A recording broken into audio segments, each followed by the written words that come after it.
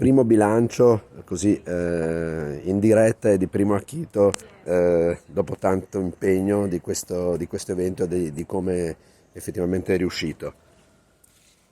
Direi che il bilancio è positivo, credo che la platea qui presente sia numerosa, proveniente da tantissimi paesi europei e non solo, anche extraeuropei.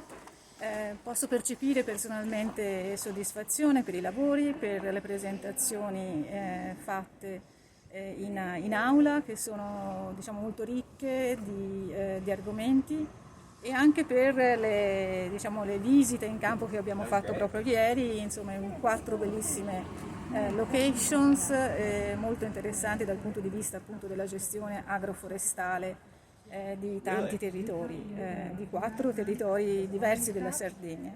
3 silvopastorali, quindi diciamo più tradizionali, e uno invece legato al ruolo del windbreaks, quindi dei frangivento nel territorio di Arborea. Abbiamo voluto anche, insieme alla parte scientifica, diciamo più propriamente tecnico-scientifica, dare veramente un assaggio del territorio e di questa cultura delle tradizioni che qui in Sardegna è, direi, esplosiva.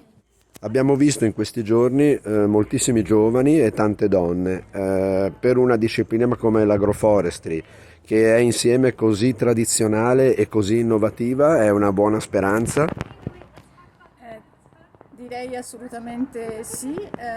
Ammetto che una presenza così forte e intensa di giovani studenti da tutta Europa è un qualcosa che mi potevo augurare, ma che forse non me l'aspettavo fino in fondo. Quindi questa è assolutamente una grandissima sorpresa e anche un segno del desiderio, della volontà e della necessità di inserire l'agroforestazione, o meglio di dare forza all'agroforestazione come settore dell'agroecologia, insomma, forse uno dei più rappresentativi.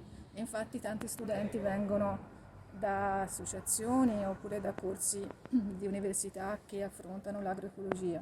Quindi questo è assolutamente un buon segnale e comunque segno di voglia di rinnovamento, insomma.